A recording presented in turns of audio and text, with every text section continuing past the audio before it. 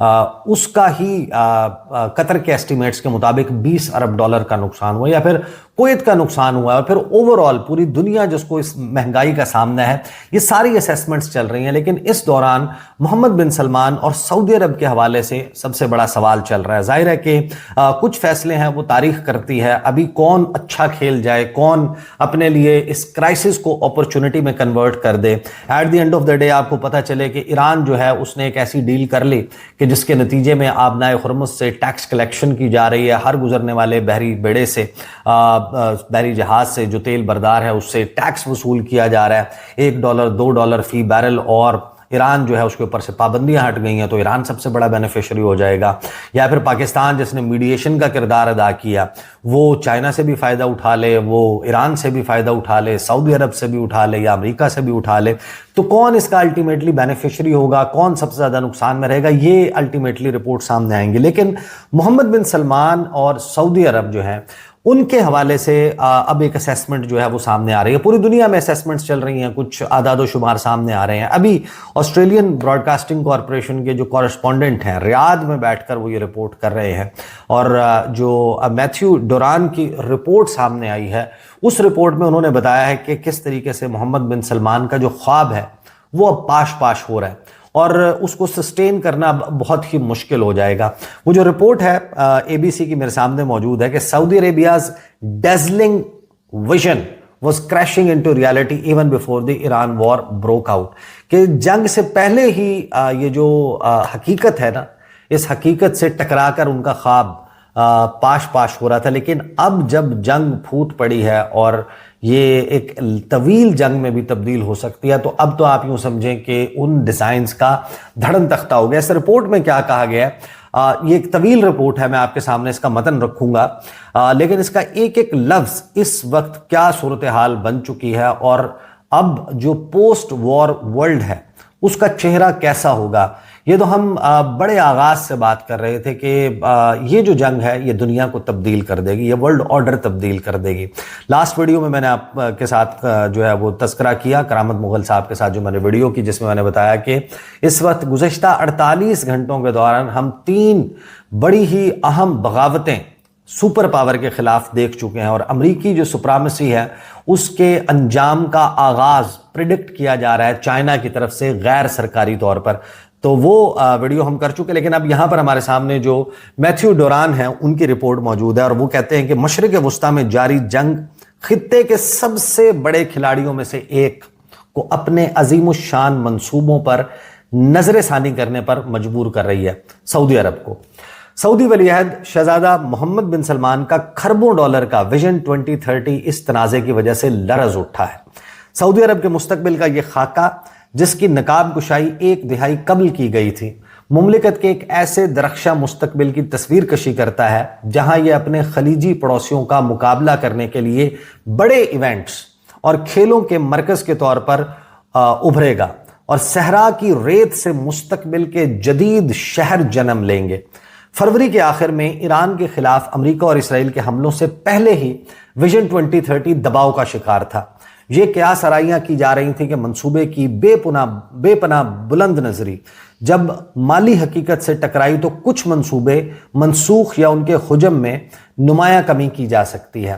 اب اپنے خلیجی پڑوسیوں بشمول سعودی عرب پر ایران کے بے مثال جوابی حملوں اور آبنائے ہرمز کی عملی بندش کے باعث عالمی جہاز رانی کے راستوں میں بڑے پیمانے پر خلل کے درمیان یہ منصوبہ ایک بدترین طوفان کا سامنا کر رہا ہے۔ اس کو ایک پرفیکٹ سٹارم کا سامنا ہے۔ چیتم ہاؤس کے ایسوسیٹ فیلو نیل کوئلم، جو عالمی توانائی کی پالیسی اور مشرق وسطیٰ کی سیاست کے ماہر ہیں، ان کے مطابق یہ جنگ براہ راست سعودی عرب کی فنڈنگ جمع کرنے کی صلاحیت کو متاثر کر رہی ہے۔ ڈاکٹر کوئلم نے فورن کورسپونڈنٹ کو بتایا اس ویژن کا دار و مدار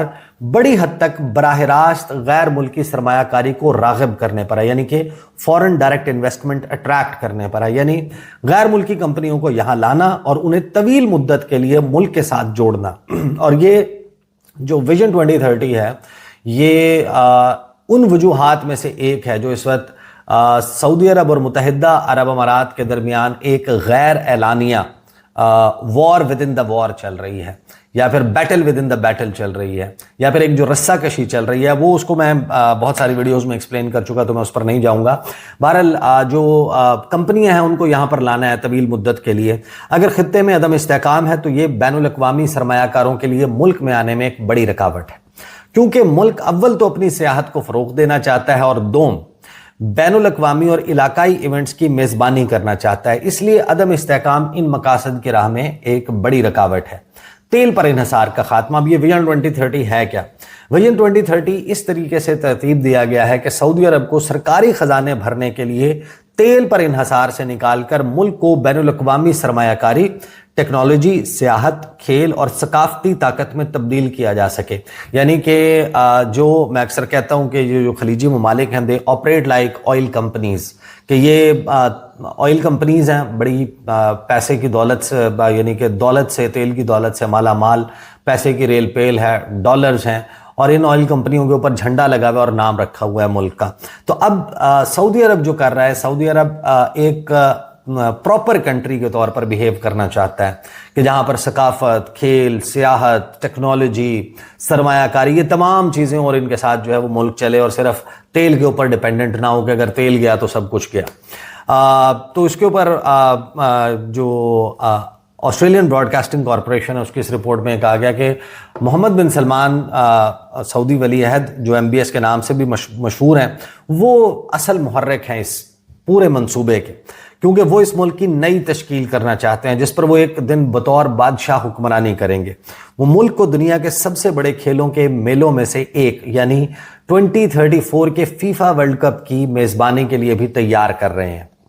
آگے یہ لکھتے ہیں کہ اس کام کا زیادہ تر حصہ سعودی عرب کے خود مختار دولت فنڈ یعنی جو PIF ہے, پبلک انویسٹمنٹ فنڈ کے ذریعے چلایا جا رہا ہے, جس کی اپنی مالیت 1.5 خرب ڈالر سے زیادہ ہے. سال 2025 کے اواخر میں سعودی عرب کی اپنی بجٹ رپورٹ سے ظاہر ہوا کہ ملک کی سالانہ آمدنی کا آدھے سے زیادہ حصہ تیل کی صنعت سے حاصل ہوا ہے. ایران جنگ چھڑنے کے بعد سے سعودی عرب کی تیل کی تنصیبات ایرانی حملوں کی زد میں آئی ہیں, جن میں اہم east west oil pipe line بھی شامل ہے, جس نے انہیں بحیرہ احمر کی بندرگاہوں تک تیل پہنچا کر آبنائے ہرمز پر ایران کی گرفت سے بچنے کے قابل بنایا تھا. اس کی مرمت تو کر دی گئی ہے, لیکن سعودی عرب اپنے معمول کے بحری راستوں سے برآمدات کو جنگ سے پہلے کی طرح کی سطح پر بحال نہیں کر سکا ہے. اگرچہ تیل کی بڑھتی ہوئی قیمتیں بجٹ کو کچھ ریلیف فراہم کر رہی ہیں, لیکن محمد بن سلمان کا یہ جو نظریہ ہے اس کو مزید تقویت دی ہے کہ جو سپلائی چین میں تعطل ہے اس کی وجہ سے سعودی عرب کو تیل کی آمدنی پر اپنا انحصار کم کرنے کی ضرورت ہے. لیکن ایسا کرنا ولی عہد کے ابتدائی اندازوں سے کہیں زیادہ پیچیدہ ثابت ہوا ہے, کہ یہ پیپر پہ تو بڑا آسان لگتا تھا کہ ہم نے تیل سے اٹھا کر اپنی معیشت کو کسی اور چیز پہ شفٹ کر لینا ہے, اور سپلائی لائن کرائسس جب بھی آیا, سپلائی چین جب بھی ٹوٹی تو اس میں ہمیں بڑا سفر کرنا پڑے گا. تو جو منصوبہ کاغذ کے اوپر بڑا بہترین لگتا تھا, ورکیبل لگتا تھا, وہ اب ناکوں چنے چبوار ہے. آگے ABC Australian broadcasting corporation لکھتا ہے, صحرا میں میگا منصوبوں کے خواب. ویژن 2030 کے کچھ مہنگے ترین آئٹمز, جنہیں اکثر گیگا پروجیکٹس کہا جاتا ہے, سعودی صحرا کی ریت سے ابھرتے ہوئے بڑے شہروں کے منصوبے ہیں. نیوم جو شاید اس کی سب سے پرجوش اور معروف مثال ہے, ملک کے شمال مغرب میں ایک خطہ ہے جس میں پرتعیش جزیروں کے ساتھ سب کچھ شامل ہونا, ریزورٹ سے لے کر ایک سکی ویلیج جو ہے وہ بھی بنانا ہے. محمد بن سلمان کے دستخطی منصوبے کے طور پر دیکھے جانے والے اس جو دی لائن پروجیکٹ ہے, 170 کلومیٹر طویل پروجیکٹ کا مرکزی حصہ دی لائن ایک غیر حقیقی لکیری شہر تھا جس میں 90 لاکھ لوگوں کے رہنے کی گنجائش بنانا تھی. خربوں ڈالر کے 2.2 خرب ڈالر کی ہوش ربا ابتدائی قیمت اور نیوم سے پہلے ہی لگائے گئے 80 ارب ڈالر کے باوجود اطلاعات کے مطابق دی لائن کو اب ایک بہت ہی معمولی سطح تک محدود کر دیا گیا ہے. اس ماہ PIF کے گورنر یاسر الرمیان نے اصرار کیا کہ نیوم ایک اہم منصوبہ رہے گا. انہوں نے کہا کہ یہ ایک بڑا عالمی اقتصادی زون ہے, نیوم میں کوئی پروجیکٹ منسوخ نہیں کیا گیا, کیا کچھ ملتوی ہوا ہے؟ یقیناً ہاں, کیونکہ کچھ منصوبوں میں تاخیر ہوئی ہے, لیکن وہ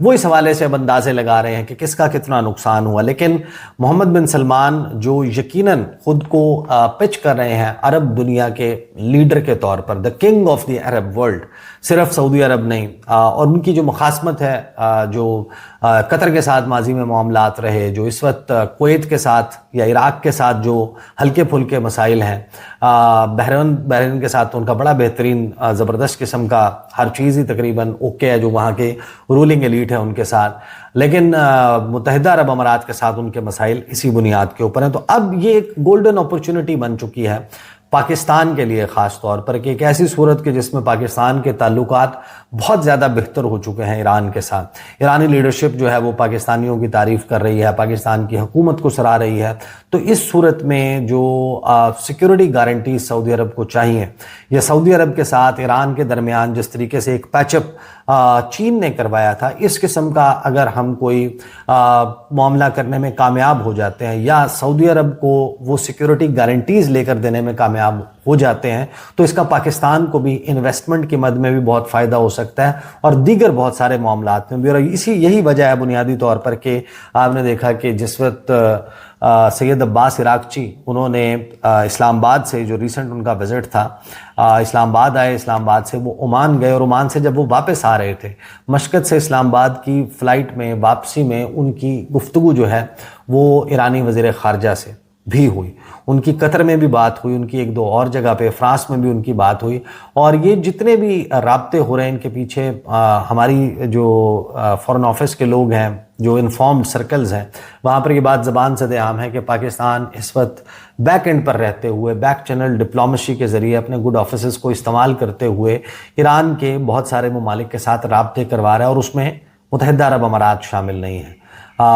یعنی کہ اب ایکٹیولی ان کے ساتھ نہیں ہے, لیکن اس کے باوجود جو ایک رابطہ ہوا تھا وہ رابطہ بھی پاکستان کے ایفرٹ سے ہی ہوا تھا. تو اب یہ صورتحال ایک ایوالونگ سچویشن ہے, لیکن جب آپ اس ویژن 2030 کو دیکھتے ہیں, جو پروجیکٹس یہ جو بنائے گئے تھے, جو ذہن تھا کہ جناب اس طریقے سے بہترین قسم کا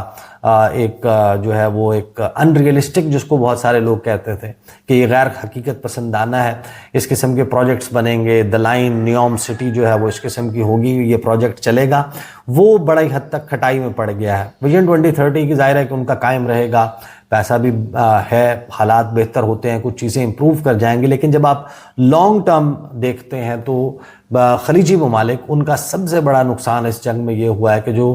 گلوبلی کانفیڈنس شیک ہوا ہے. آپ یقین مانیے کہ ٹک ٹاک کے اوپر, سوشل میڈیا کے اوپر ابھی بہت سارے لوگ آپ کو ملیں گے, گورے خاص طور پہ, گوریاں بلا کر متحدہ عرب امارات کی ویڈیوز بن رہی ہوں گی کہ پراپرٹی کے بڑے کام چل رہے ہیں اور کوئی کام نہیں رکا. یہاں پر آپ کو ریسٹورنٹ میں رش نظر آ رہا ہے, ریسٹورنٹس جو ہیں اس میں لوکلز بہت زیادہ موجود ہیں. اصل بات یہ ہے کہ وہاں پر جو انویسٹر آ رہا تھا اور ایک ببل جو ہے وہ بن چکا تھا, ایک بہت ایگزیجریٹڈ پرائسز کے اوپر پراپرٹیز جا چکی تھیں, ان کا دھڑن تختہ ہو چکا ہے. اور یہ جنگ ابھی ختم نہیں ہوئی, اس جنگ نے بھی ختم ہونا ہے, اور یہ اسیسمنٹس مزید بھی آتی رہیں گی. کچھ بہت ہی اہم سٹوری سائیڈ بائی سائیڈ چل رہی ہیں, ان پر بھی گفتگو کا سلسلہ جاری رہے گا. اب تک کے لیے اتنا ہی, اجازت دیجیے, اللہ حافظ.